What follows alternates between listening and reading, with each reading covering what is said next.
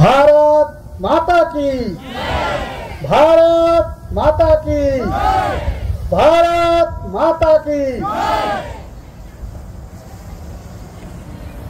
विश्वविद्यालय परिवार के समस्त सदस्यगण, आप सभी को आजादी के इस पावन पर्व, इस पवित्र पर्व के अवसर पर ढेर सारी शुभकामनाएं। आज जिस माहौल में हम बैठे हुए हैं, जिस माहौल में हम यह उत्सव मना रहे हैं, वह 1947 के पहले संभव नहीं था। ब्रिटिश हुकूमत थी और ब्रिटिश हुकूमत ने इतनी हमें आजादी नहीं दिया था कि हम अपनी परंपरा के अनुसार स्वतंत्रता दिवस मना सके, स्वतंत्रता का अनुभव कर सके, स्वतंत्र रूप से कोई हम निर्णय ले सके। इसलिए आज का दिन हम सभी के लिए विशेष पर्व का दिन है। इसीलिए इसे पर्व के रूप में मनाते हैं, उत्साह के साथ मनाते हैं। यह आजादी इतनी स्वाभाविक तरीके से नहीं मिली है, इतनी सहजता से, इतनी सरलता से, इतनी सुगम्यता से यह आजादी नहीं मिली है। इस आजादी के लिए लाखों लोगों ने अपने प्राण न्यौछावर कर दिए, अपनी जवानी को जला दिया, अपने कैरियर को बर्बाद कर दिया। सैकड़ों लोगों ने फांसी के फंदों को चूम लिया।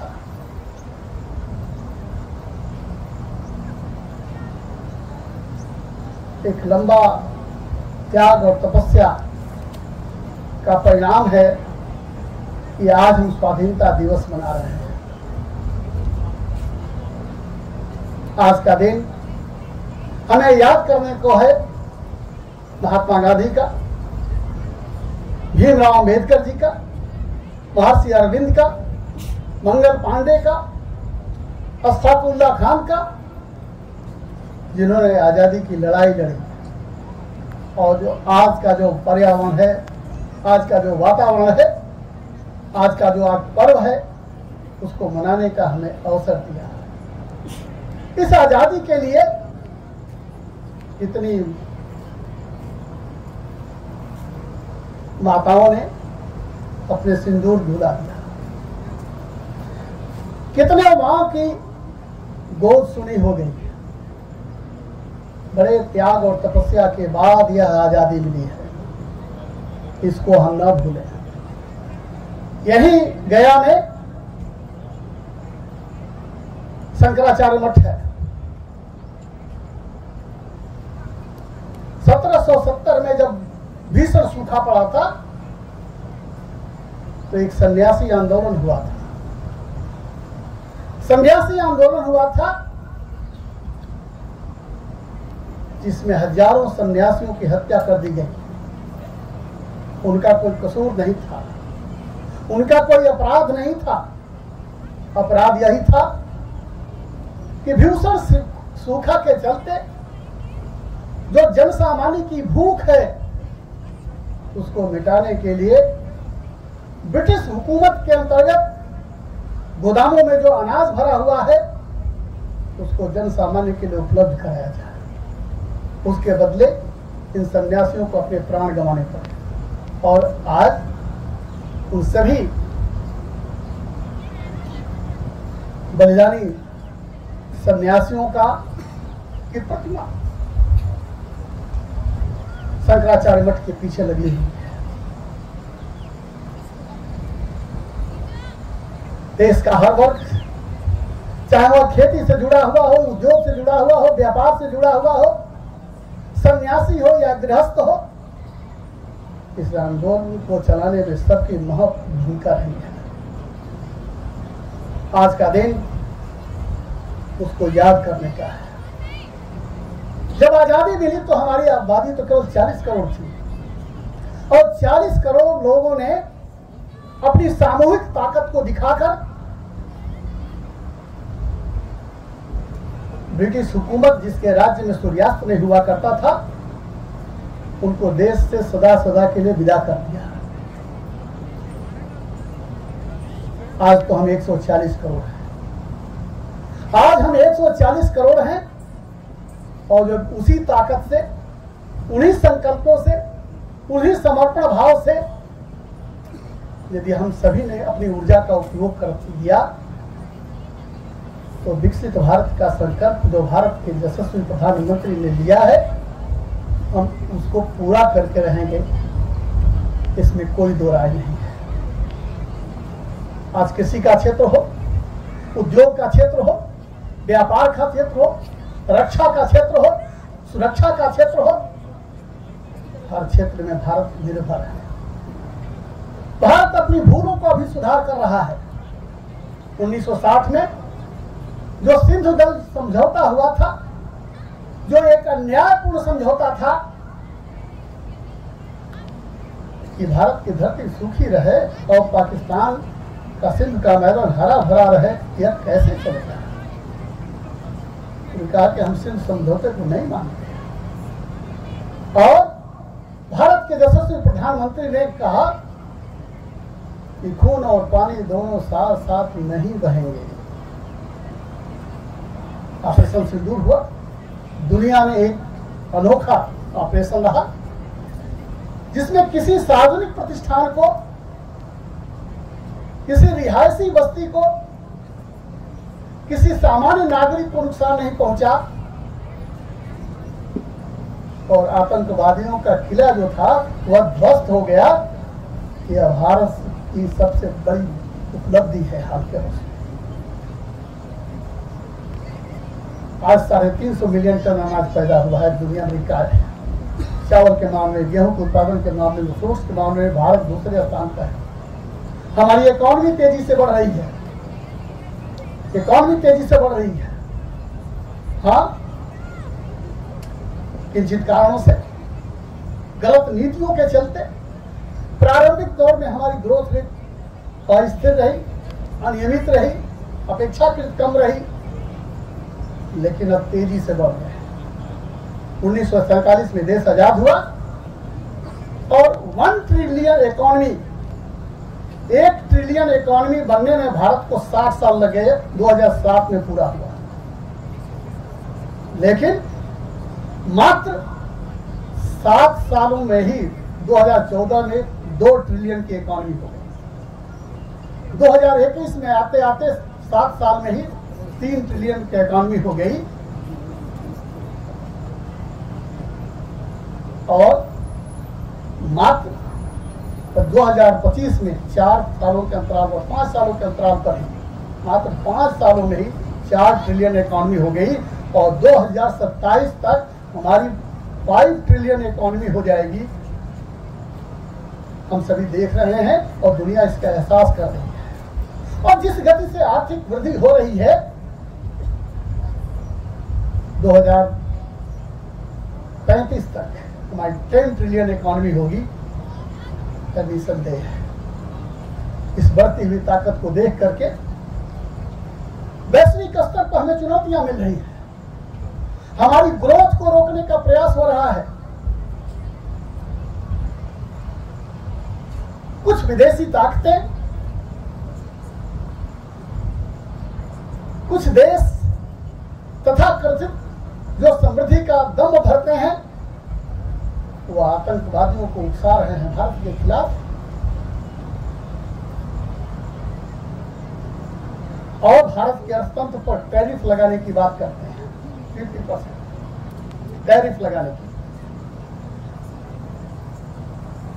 लेकिन भारत ने अपनी संप्रभुता का परिचय दिया है कि हम स्वतंत्र देश हैं, हम अपने निर्णय लेने में स्वतंत्र हैं। अब वह नेतृत्व पुराना नहीं है।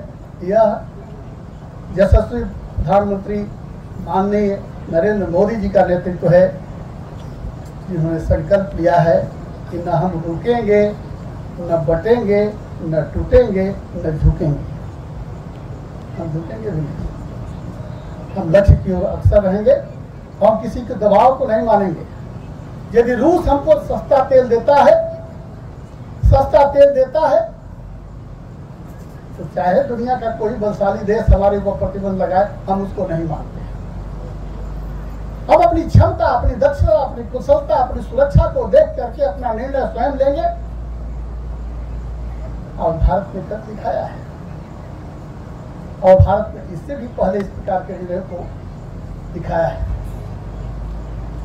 आज समय की जरूरत है कि हम सभी लोग मिल करके जो विकास का लक्ष्य, डेवलप इंडिया 2047 का जो लक्ष्य रखा गया है, उसको पूरा करने में लगे। बहनों भाइयों, देश की ताकत दिल्ली में नहीं है, देश की ताकत लुटियन जोन में नहीं है, देश की ताकत भारत की 142 करोड़ जनता में है।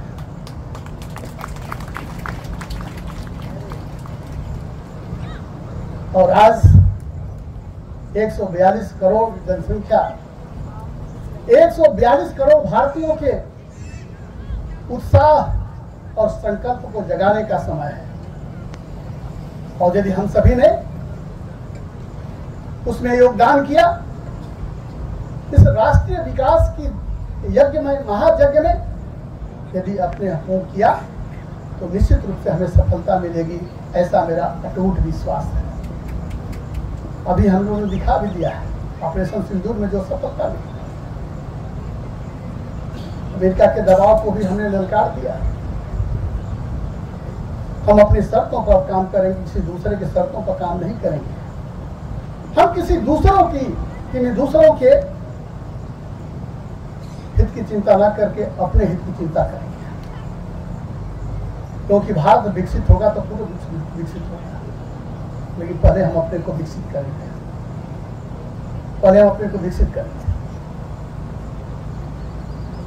आज चाहे कृषि का क्षेत्र हो, उद्योग का क्षेत्र हो, व्यापार का क्षेत्र हो, आर्थिक प्रगति का क्षेत्र हो, हमने सभी में एक मानक स्थापित किया है। लेकिन यह भी सोचने का विषय है कि केवल हम अपनी उपलब्धियों के आधार पर अपनी पीठ थपथपाते रहें और अपनी कमजोरियों से लड़ने का साहस न करें, तो भारत के विकसित करने की संकल्पना पूरी हो सकती है क्या? हम अपनी कमजोरियों से लड़ें। ठीक है, अपनी समृद्धि, अपनी संपन्नता अपने के साथ हम उत्साह मनाएं, लेकिन हमारी जो कमजोरियां हैं, चाहे जाति के आधार पर हो, क्षेत्र के आधार पर हो, भाषा के आधार पर हो, या निहित स्वार्थों के कारण हो, या राजनीतिक उपलब्धियों के कारण हो, उसको हम दरकिनार करें, उन कमजोरियों से न लड़ें, तो विकसित भारत 2047 का लक्ष्य पूरा हो सकता है क्या? आइए आज संकल्प लें कि जो हमारी कमजोरियां हैं, जो अंधविश्वास है, जो भ्रष्टाचार है, जो अत्याचार है, जो अनाचार है,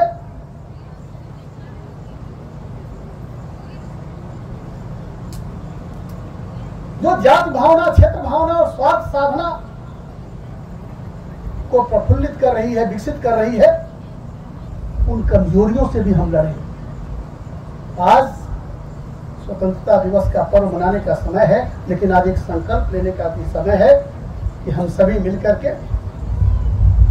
हम जात से, भाषा से, क्षेत्र से, संप्रदाय से ऊपर उठ करके समाज हित में और राष्ट्र हित में एक विकसित भारत बनाने का संकल्प लेंगे। केवल आर्थिक उपलब्धि पर्याप्त नहीं है।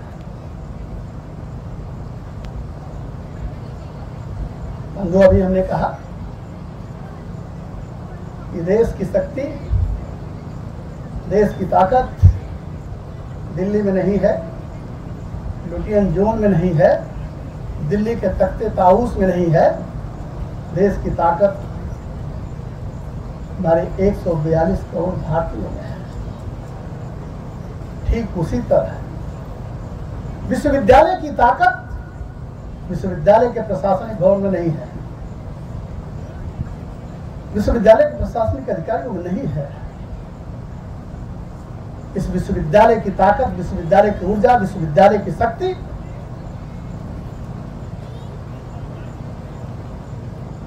आप सभी के अंदर है।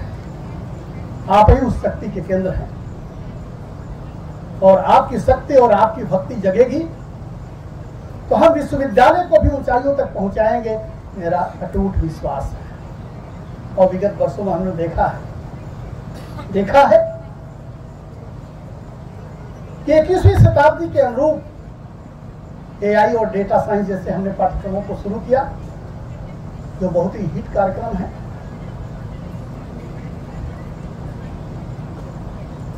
राष्ट्रीय शिक्षा नीति 2020 के तहत स्थानीय आवश्यकताओं पर आधारित पाठ्यक्रम चलाने की आवश्यकता को समझते हुए हम लोगों ने एग्रीकल्चर का पाठ्यक्रम शुरू किया और वह एग्रीकल्चर केवल एक डिग्री बांटने का केंद्र नहीं होगा, ऐसी मेरी कल्पना है। वह क्लास, कैंपस और कम्युनिटी को जोड़ने का माध्यम होगा। जैसे गांव एक इकाई है, विश्वविद्यालय भी इकाई है। विश्वविद्यालय एक मॉडल बने, आत्मनिर्भरता का मॉडल बनाए, जैसा कि गुरुकुल हुआ करते थे, उस दृष्टिकोण से कृषि को विकसित करे, ऐसा हमारा संकल्प है और वह पूरा होता हुआ दिख रहा है। नहीं संपूर्ण रूप से पूरा हुआ, आंशिक रूप से पूरा हो रहा है। कुछ न कुछ आत्मनिर्भर हम हो रहे हैं, आत्मनिर्भर हो रहे हैं। और यदि विश्वविद्यालय ने हमारे विश्वविद्यालय ने एक ऐसा मानक स्थापित कर दिया, एक मॉडल स्थापित कर दिया, तो यह रोल मॉडल होगा अन्य विश्वविद्यालयों के लिए ही नहीं, बल्कि आसपास के गांवों को भी। क्योंकि आत्मनिर्भर भारत के लिए आत्मनिर्भर गांव, आत्मनिर्भर विश्वविद्यालय, आत्मनिर्भर व्यक्ति, आत्मनिर्भर समुदाय बनाने की आवश्यकता है। यदि आज हम भारत को आत्मनिर्भर बनाने की बात सोचती हैं तो अपने विश्वविद्यालय को भी आत्मनिर्भर बनाए, ऐसे उपाय हम सभी को खोजने हैं और वह किसी एक व्यक्ति का प्रयास से संभव नहीं है। वह हमारे सामने जो बैठी हुई ताकत है, जिसमें निचले पायदान पर खड़े हुए कर्मचारी से लेकर के ऊपरी पायदान तक के लोग हैं। जब सबकी ताकत, सामूहिक ताकत लगेगी, तभी हम इस लक्ष्य को पार कर सकते हैं, प्राप्त कर सकते हैं। हमने नए नए पाठ्यक्रमों को शुरू किया है जो यहाँ के स्थानीय आवश्यकताओं पर आधारित है। डी फार्मा शुरू किया, लाइब्रेरी साइंस शुरू किया। 17 विषयों में यूजी पीजी इंटीग्रेटेड कोर्स जो एनईपी का मैंडेट है, उसके अनुसार हमने शुरू किया। और मैं मानता हूँ कि हमारे पास अभाव है, हमारे पास साधनों का अभाव है, हमारे पास संसाधनों का अभाव है, हमारे पास बैठने की जगह नहीं है। लेकिन मैं अपने आचार्यों को, अपने कर्मचारियों को साधुवाद देना चाहूँगा कि वह कमी उनके संकल्प के आगे खत्म हो गई है। वह कमी उनके संकल्प के आगे, उनके दृढ़ संकल्प के नाते, उनकी दृढ़ इच्छा शक्ति के नाते वह कमी जो है कमजोर पड़ गई है और वह चल रहा है। और जिस गति से हम चल रहे हैं, यह नहीं बल्कि पूरे भारत के लिए एक मॉडल विश्वविद्यालय बनेगा। आत्मनिर्भर भारत के लिए आत्मनिर्भर विश्वविद्यालय। अब तक हमने नारा दिया था, केवल स्लोगन दिया था कि क्लास, कैंपस और कम्युनिटी। जो क्लास में पढ़ाते हैं वह कैंपस में दिखे और क्लास और कैंपस में जो रहे वह कम्युनिटी तक पहुंचे। कम्युनिटी की जो प्रॉब्लम है वह क्लास और कैंपस तक पहुंचे। हम उसका समाधान निकालें, एक चक्र स्थापित करें, उसको पूरा होते हुए देख अब हम लोग आत्मनिर्भर विश्वविद्यालय की ओर चल रहे हैं। एक आत्मनिर्भर विश्वविद्यालय, आज वह संकल्प लेने का समय है, संकल्प लेने का समय है। बहनों और भाइयों, आत्मनिर्भरता में आत्मसम्मान है। जब आत्मनिर्भर रहेंगे, चाहे कोई भी बहन हो, चाहे कोई भाई हो, यदि वो आत्मनिर्भर नहीं है तो उसका आत्मसम्मान सुरक्षित नहीं है। आत्मसम्मान सुरक्षित रखने के लिए आत्मनिर्भर होना जरूरी है। इसलिए यह भारत के हित में है कि भारत आत्मनिर्भर बने, और आत्मनिर्भर जब भारत बनेगा वही विकसित भारत बनेगा। आइए आज संकल्प ले, आइए आज हम सभी संकल्प ले कि विकसित भारत के लक्ष्य को पूरा करने के लिए हम अपनी पूरी शक्ति का उपयोग करेंगे, पूरी क्षमता का उपयोग करेंगे, पूरी दक्षता का उपयोग करेंगे। और यदि हमने अपनी पूरी क्षमता और दक्षता का पूरा उपयोग किया तो विकसित भारत 2047 का लक्ष्य हमारा पूरा होगा, ऐसा मेरा अटूट विश्वास है। लेकिन इसके लिए संकल्प शक्ति की जरूरत है, संकल्प शक्ति की जरूरत है। सबको संकल्प लेने की जरूरत है, सभी को संकल्प लेने की जरूरत है, केवल एक विश्वविद्यालय से नहीं। और मैं यहाँ बैठे हुए जो विश्वविद्यालय के छात्र हैं, विश्वविद्यालय के छात्राएं हैं, विश्वविद्यालय के आचार्य हैं, विश्वविद्यालय के कर्मयोगी हैं, भाई हमारी केवल भूमिका इस चारदीवारी के अंदर नहीं है, इस बंद चारदीवारी के अंदर ही केवल हमारी भूमिका नहीं है, हमारी भूमिका इस चारदीवारी के बाहर है, चारदीवारी के बाहर भी है। यहाँ काम करते हुए अपने गुणात्मक शोध और गुणात्मक शिक्षा प्रदान करते हुए एक विराट समाज की भी चिंता करना कि कौन सी समस्या वहाँ इमर्ज कर रही है, क्या चुनौतियाँ वहाँ हैं, हम उनका समाधान निकालें। हम पॉलिसी और प्लानर्स को, हम पॉलिसी मेकर्स और प्लानर्स को अपने द्वारा इनपुट दे सकें, तो यही आज संकल्प लेने का दिन है। ठीक है, आज़ादी का पर्व आज मना रहे हैं, स्वाधीनता का पर्व मना रहे हैं, हम अपने शहीदों को याद कर रहे हैं, हम उनको नमन कर रहे हैं। लेकिन एक जरूरत आज है कि उसको जगाए रखा जाए। जो समा, जो ज्वाला, जो प्रकाश आजादी के दीवानों ने दिखाया था, उस लक्ष्यों को पूरा करें। आजादी केवल ब्रिटिश हुकूमत के खिलाफ केवल एक आंदोलन नहीं था, आजादी का आंदोलन भारत को एक आत्मनिर्भर भारत बनाने का आंदोलन था। अभी वह बाकी है, वह बाकी है।